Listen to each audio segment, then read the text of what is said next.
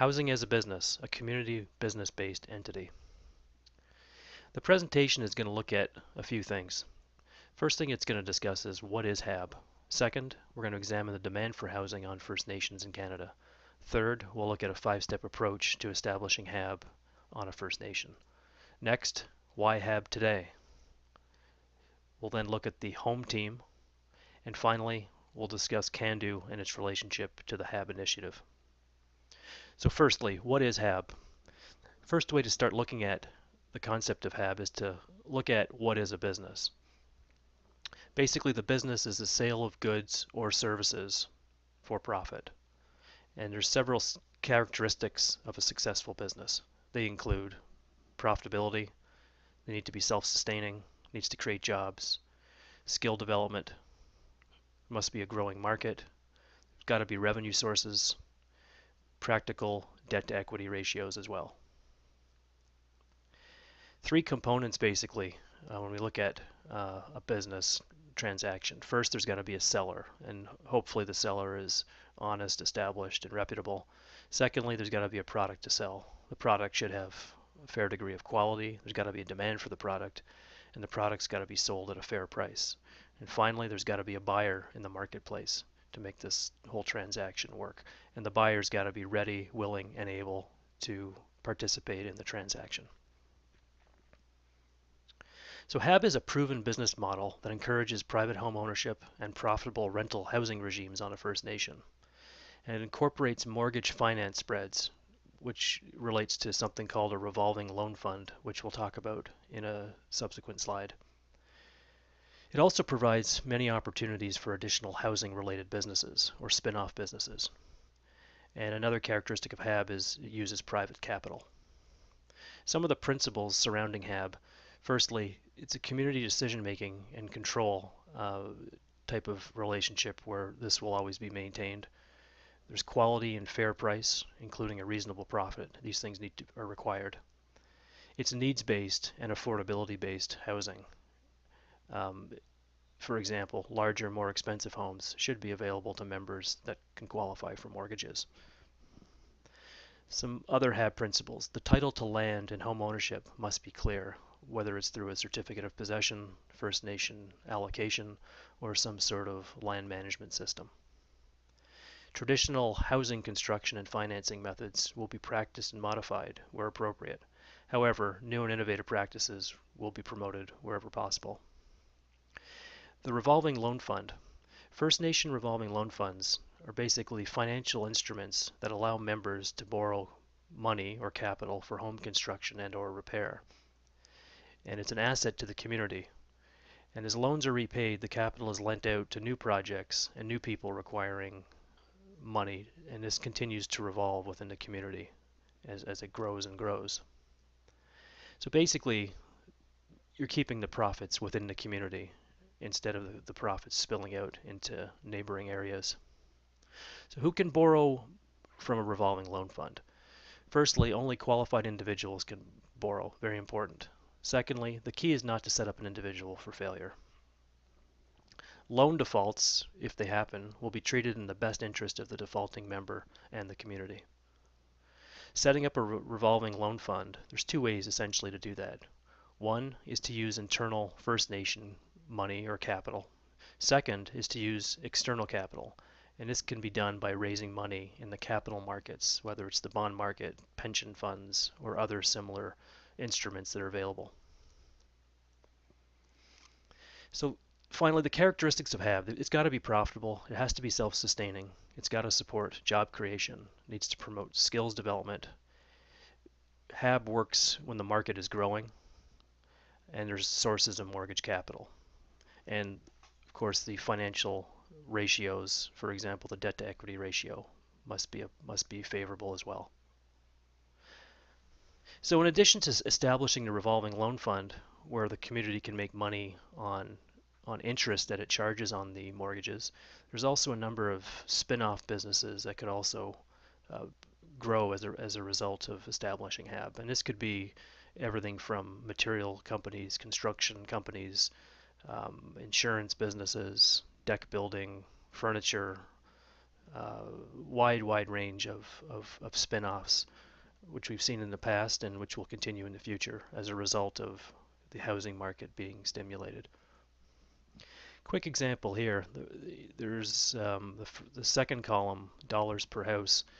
It gives you an idea of what the type of money that can be made within the community by creating a $200,000 house.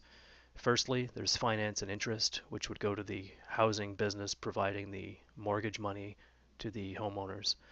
Then there'd be an opportunity for companies to establish some businesses to provide construction materials, construction labor, and other ancillary professional fees that would go into that. So you can see in the second column, dollars per house, the total revenue that could be earned in a year based on that one house being constructed is $304,050. And when you multiply that out in the final column on the right, in the example here, there's 10 houses being built. That's well over $3 million that would be created in revenue as a result of the housing project. Let's look at the demand for housing on First Nations. Currently, there are more than 615 First Nation communities in Canada, and the Assembly of First Nations estimates a current housing shortage of approximately 80,000 units nationally and about 44,000 requiring major repairs. If you did the average on that, that's approximately 130 homes per First Nation that would fall into this category. The shortfall is growing by an estimated 2,200 to 4,500 units per year. And this limited supply of housing leads, of course, to unhealthy and overcrowded conditions, and it accelerates the depreciation of the current housing stock. And it affects the health and well-being of Aboriginal people living on reserve. As of March 2004, INAC reported a total of 95,479 units on reserve, of which close to 17,000 required major repairs and almost 5,200 needed replacement entirely. If we look at the national market, approximately 80,000 units are in backlog.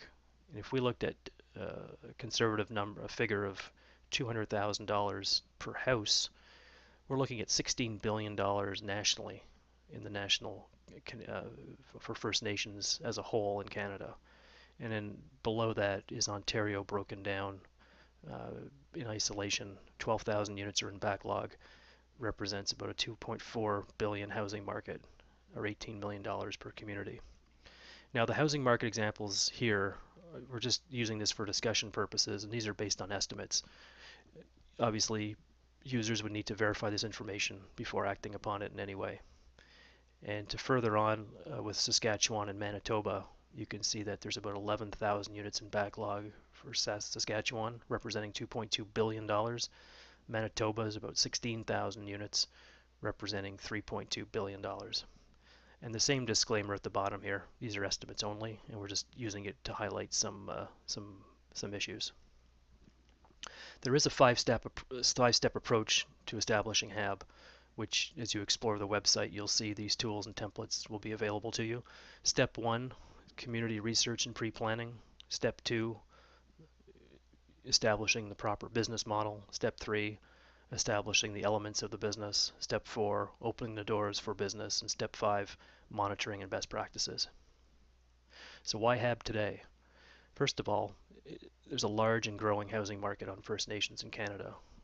There are historically low interest rates. Now's a good time to lock into some of the very low interest rates that we see in the marketplace. It's a proven profitable business. There's evidence of low loan delinquency of housing mortgages on First Nation communities based on our research. Institutions are eager to finance housing deals and profitable venture-based on non-social housing concepts.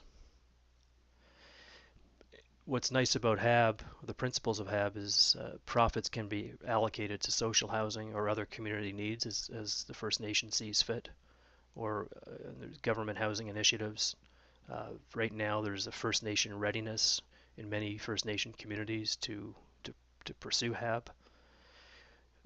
A regional home advisory team has currently been put in place to guide the HaaB process in various parts of Canada.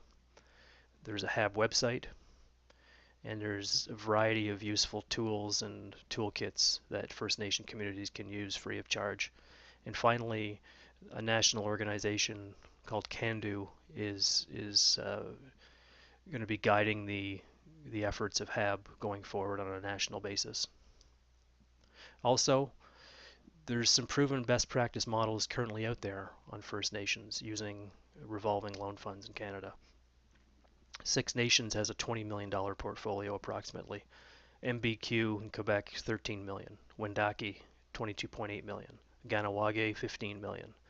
Pekani is a new revolving loan fund that's being established. Nipissing has one just less than $500,000. And finally, another one that's being identified here at $3.5 million. Plus, there are others. HaaB is not a brand new concept. Some First Nations across Canada are using parts of it. But some examples of some successful First Nations in Canada that are currently using the principles of HaaB. There's also been three-day HaaB seminars that have been put on. The first one was in Orillia, Ontario, spring of 2011. One was put on in Ottawa in the fall of 2011, and Saskatoon, Saskatchewan, August 2012. 3-day seminars where various stakeholders came in from First Nations, government, private sector to discuss how to move HaaB forward in their communities. There's a variety of HaaB tools, templates, and resources, such as step-by-step guides. These can all be found on the HaaB website, www.haab.ca, and also a variety of more in-depth training materials and resources can be found at the Aboriginal Centre of Excellence, go2ace.ca.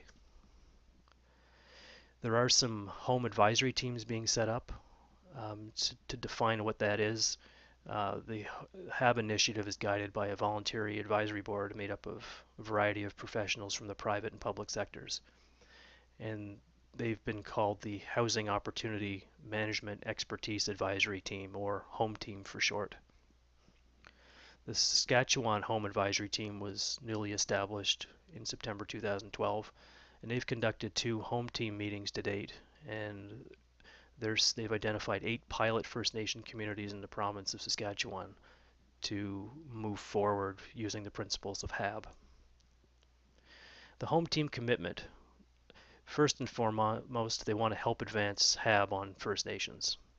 They're going to recommend and guide strategic HaaB plans and priorities for the First Nation, and recommend specific actions and best practices to develop HaaB on a First Nation.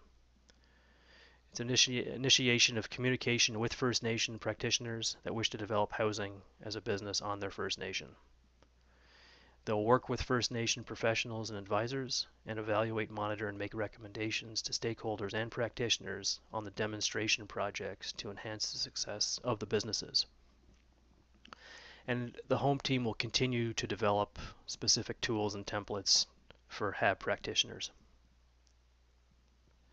And they'll help to facilitate a change in attitude of First Nation stakeholders to achieve successful economic development through housing.